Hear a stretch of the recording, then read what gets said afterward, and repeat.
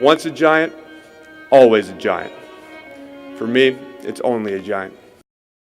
So check it out. The D6 Squad has merch now. We got hoodies, tees, mugs, whatever you need. Check it out. Link in the description. What's going on, YouTube? Diggy546. Definitely hit that subscribe button if you're new. Like the video if you like the video. And I won't tell if you click that bell. But let's go ahead and get into this. So we got a big game here against the Cleveland Browns.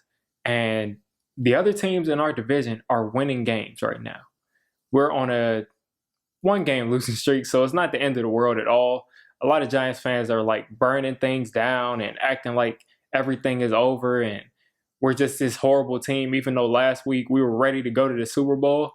And they're talking about, I just feel the magic and, in a couple of weeks we'll be in the Super Bowl. But now all of a sudden we're a bad team again. Usually we're somewhere in the middle. Usually you're somewhere in the middle when everybody thinks that you're the best thing since sliced bread and then everybody thinks you're the worst.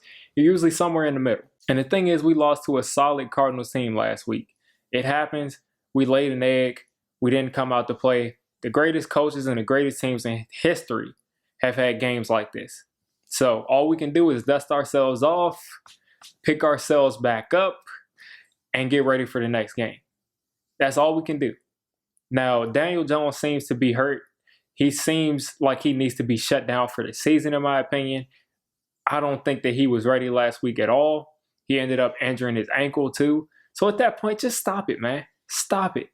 Whether it be, the other leg or the same leg, your muscles start to overcompensate for injuries and you end up injuring something else. So stop it. Shut him down for the season. Whether you like him as the Giants quarterback of the future or not, he's going to be here next year. Sorry to break it to you. He'll be here next year unless he somehow gets to play the rest of the season and throws like 40 interceptions. And even at that point, he'd get the excuse of being injured. So sit Daniel Jones for the rest of this season. If we make the playoffs, things can start to open up for him to be able to come back. But if not, just sit him down. Now, Colt McCoy is going to be out there. So that means that we're going to have to run the football. We're going to have to depend on Wayne Gallman, and we're going to have to depend on Alfred Morris. Both of these guys have run us to wins. They've run us to wins in the past, a lot with Daniel Jones' help, and a couple times by themselves. So, same game plan as the Seahawks. Baker Mayfield isn't as mobile, but you have got to win on both sides of the line of scrimmage. That's how we can win this game, is running the football and stopping the run. Now, I'll get to their two running backs in a couple minutes, but that's how you got to win. This offensive line last week, they took a step back as far as pass protection, but in the run blocking game, if we had stayed with that run, I have confidence that we would have been able to establish the run and establish that line of scrimmage as the game went on. Colt McCoy is a veteran, and he'll know when to check to the right runs. He'll know how to set up the protections, so I'm not worried about that. And let's just do what we did a couple weeks ago and just try to win on the line of scrimmage. Now, as far as pass protection goes, that's going to be tough. Myles Garrett is an all-pro level talent. I'm not even sure if he's won one yet, if he's been on the all-pro team, but he's an all-pro kind of talent. So Andrew Thomas is going to be lined up on him. And teams lately, shout out to Talking Giants, shout out to Bobby Skinner. They do great film breakdowns of the offensive line. And teams started off faking to the outside and coming back inside on Andrew Thomas. Now they're faking to the inside and coming back outside on Andrew Thomas. So Myles Garrett has been watching this, and not only is he technically sound, he's an athletic freak. So Andrew Thomas is going to have his hands full, and he's going to need some help over there. Now, I have confidence in him to compete and not let this get out of hand. I don't think they will have two bad games in a row. But guys, lay off of Andrew Thomas. He had a couple bad games sort of in the middle of the season, and ever since then he's been above average to elite at the offensive tackle position. Last game he took another step back, but you cannot just pick out one game out of the last 6 weeks and say this guy's horrible when the last 5 weeks you were ready to say that he was going to be an all-pro kind of talent and he's going to be this great and the Giants are going to be a Super Bowl team. So let's relax on Andrew Thomas. He'll compete and he'll get better as he gets older. Like this is what, 10 games in, 12 games in, something like that. Anyway, Andrew Thomas will be fine, and I expect him to compete. Same thing with the rest of the offensive linemen. They're continuing to improve, and they'll do it this week. and we're going to need them to win on the line of scrimmage to have a shot at winning this game. As far as our wide receivers go, I don't expect them to be a big part of this game. Last time, Colt McCoy threw for like 106 yards. So I don't expect them to be a big part of this game. Just look for them to win routes in crucial situations. Third downs, third and longs, they got to win on their routes and they got to get open. Otherwise, we'll have no shot at winning this game. It's just that simple. Now, when you look at Baker Mayfield, Joe Judge described Baker Mayfield. He said he loves his freaking attitude. And he didn't say freaking if you know Joe Judge. He loves his attitude on the field. And I like his attitude too. He comes out, he talks his trash, he gets hyped, he rallies his team. I like his attitude too. But the bottom line is Baker Mayfield is playing great football right now. He's playing great football. He passed Daniel Jones for the best passer rating on passes over 20 yards. So he's at like 143 passer rating, which is ridiculous because the Giants don't throw the ball down the field as near, like anywhere close to as many times the Browns throw it down the field. So that's actually staggering to see how great his passer rating is down the field. He's working off this play action with Nick Chubb and Kareem Hunt.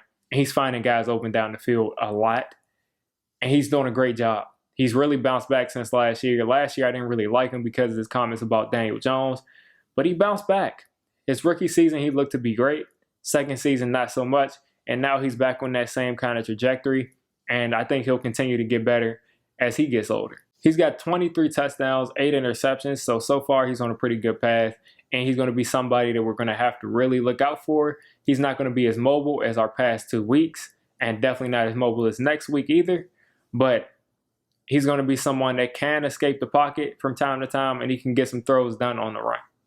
Jarvis Landry will be an interesting matchup because we don't know if Darnay Holmes is going to play, and we don't know how healthy he'll be.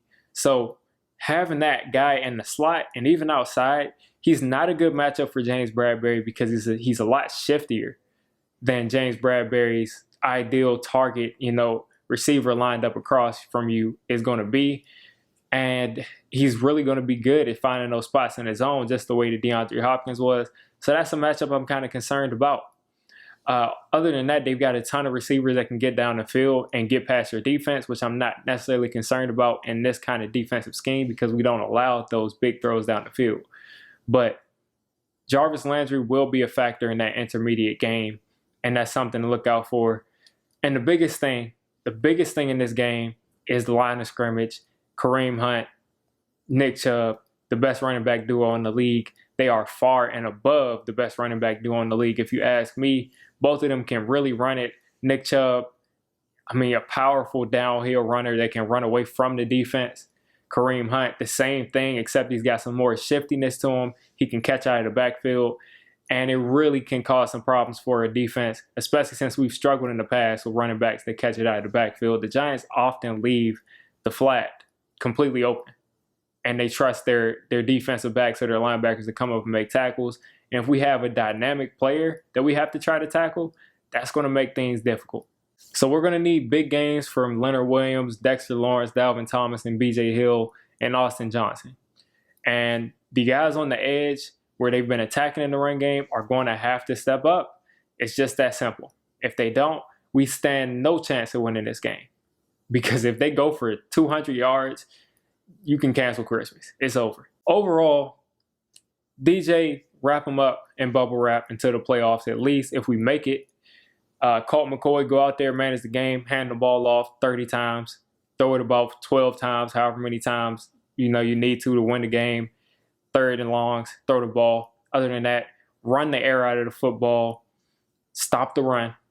And then even then, it's just up to stopping Baker Mayfield, which has not been the easiest thing for defenses this year. So the Giants are going to have a tough task. But if we can control the line of scrimmage, if we can do that, which they have a completely different offensive line in Seattle. They have one of the better offensive lines, actually.